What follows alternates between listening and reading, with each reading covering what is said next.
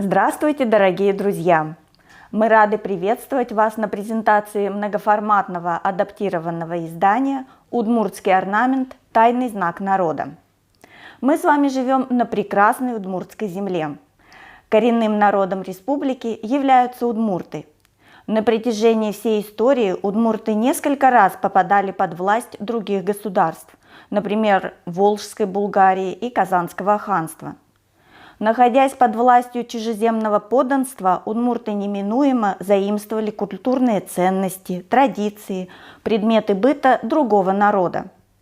Все, что происходит с народом, человек пытается отобразить это в определенном виде искусства. Орнамент стал одним из первых видов искусства у удмуртов. Он служил для отражения понимания устройства мира, творческих потребностей и украшали им окружающие предметы. Изучать удмуртский орнамент начали с конца XVIII века, а история удмуртского орнамента уходит в далекое прошлое, ко времени происхождения самого народа. Предки удмуртского народа украшали орнаментом глиняную посуду, бытовые вещи, оружие, металлические украшения женского костюма. Практически все удмуртские узоры и орнаменты выполнены красными или черными нитками, коричневыми или золотыми. Преобладание пестрых оттенков объясняется очень просто. Удмурты жили в лесах, замкнутой жизнью, и недостаток света они воплощали в своих рисунках. Ритм цвета придает движение узорам, наполняя их жизнью. Для вышивки XVIII века характерны изображения повторяющихся геометрических фигур – треугольников, ромбов, четырехугольников. И со временем появились сложные геометрические композиции с изображениями животных, птиц, звезд, планет. И часто в них скрывался сакральный смысл. А сейчас давайте обратимся к нашему изданию. Представляем вашему вниманию многоформатное адаптированное издание «Удмуртский орнамент. Тайный знак народа». В этом многоформатном адаптированном издании люди с нарушениями зрения могут узнать об орнаментах не только с помощью крупношрифтового и брайлевского текста, но и с помощью плоскопечатных иллюстраций и графических иллюстраций орнаментов. Существует классификация, согласно которой в удмуртском орнаменте можно выделить 6 основных групп. Это космические мотивы, растительные мотивы, зооморфные мотивы, антропоморфные мотивы, мотивы предметов домашнего обихода и мотивы, названные по материалу вышивки и технике исполнения. Рассмотрим некоторые из них. Космические мотивы. Например, сюда относятся узор кизили или звезда и орнамент по мотиву узора звезда. Можете найти это все в нашем издании. Узор луна и орнамент по мотиву узора луна. Также эти иллюстрации для людей с нарушениями зрения присутствуют и в рельефной графике.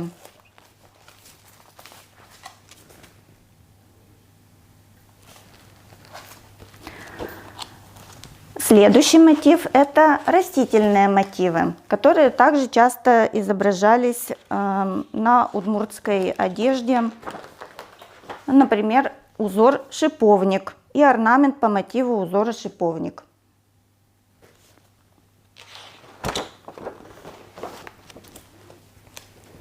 Очень интересный узор клубничный лист. И рассмотрим еще одни мотивы, это зооморфные мотивы.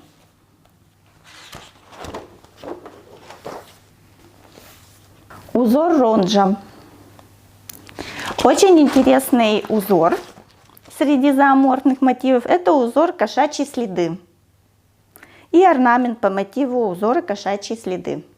Остальные мотивы в классификации удмуртских орнаментов вы можете найти в нашем издании. Сегодня у нас в гостях ведущий методист отдела декоративно-прикладного искусства Республиканского дома народного творчества Прокопьева Наталья Евгеньевна. Здравствуйте. Сегодня у нас очень важное событие. Мы представляем вот такую книгу, пособие, которое называется «Удмуртский орнамент. Тайный знак народа».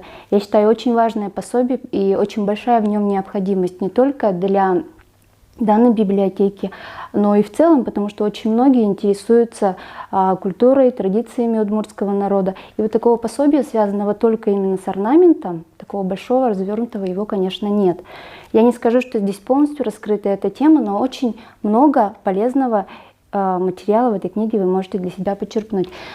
Здесь, посмотрите, вот основные наши орнаменты, узоры, они изображены, есть их характеристика, и даже есть элемент того, как они используются в орнаменте в целом, в контексте орнамента.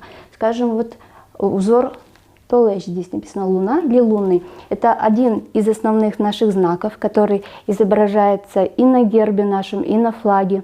Почему он такой важный? Потому что именно этот символ для удмуртов был одним из основных. Он впервые надевался в женском костюме, он появлялся в женском костюме на свадьбе и только на груди. Никогда этот орнамент, это очень важно, нельзя использовать ниже груди. Лунный символ используется во многих изделиях, связанных со свадьбой, в частности в полотенцах в том числе, но на груди, на нагруднике, который назывался кабачи, он использовался обязательно. Он был либо вышит красными нитками, либо серебряными. В этом символе заключена очень большая философия, гармония мужского, прямой крест, и женского, косого, мужского и женского начала. Именно от мужчины и женщины идет продолжение рода. Это знак благополучия, знак процветания рода. Но есть похожий знак. Этот знак, он использовался в костюме северных удмуртов. Есть похожий, очень похожий знак, который был очень распространен у южных удмуртов, и он назывался лигишпу-щачка, цветок шиповника. Здесь он тоже есть. Давайте я его найду. Вот он, кстати, я его сразу нашла.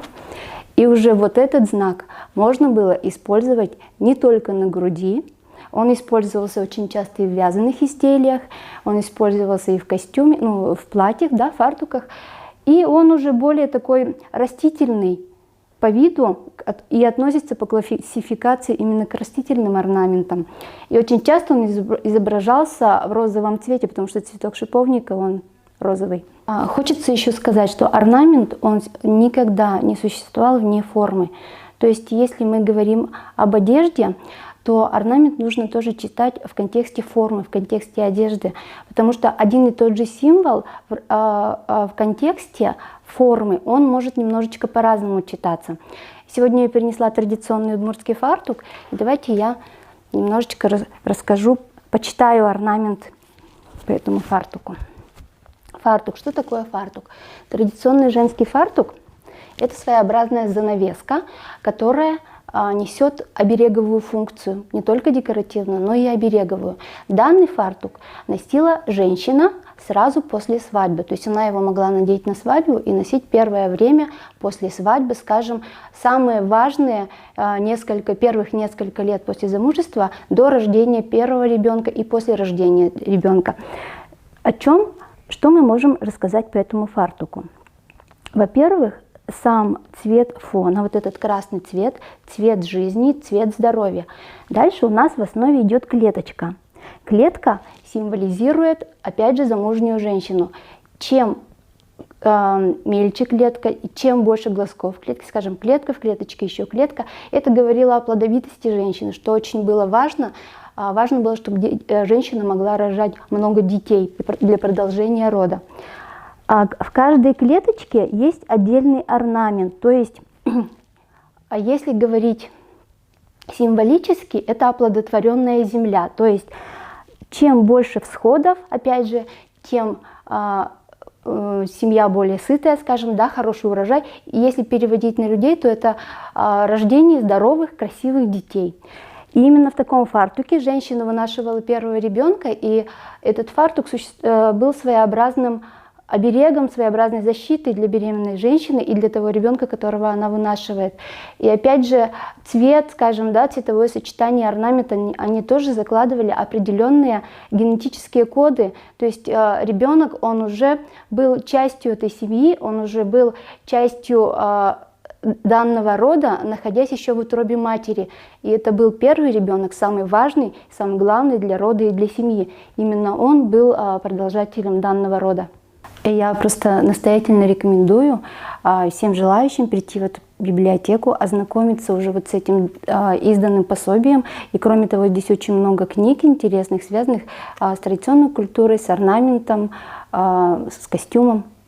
Дорогие друзья, сегодня вашему вниманию мы хотим представить еще одну новинку, которая у нас появилась. Это адаптированная учебная игра-пособие на магнитном планшете для людей с нарушениями зрения. Что туда входит? Входит книга сама, где рассказывается об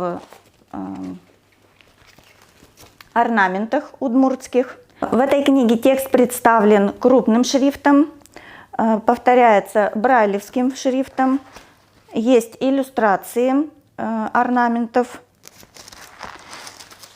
иллюстрации рельефной графикой. И в комплект этого пособия также входит магнитный планшет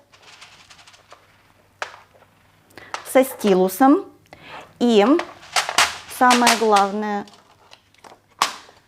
трафареты с изображениями орнаментов. Со всеми этими изданиями вы можете ознакомиться у нас в библиотеке.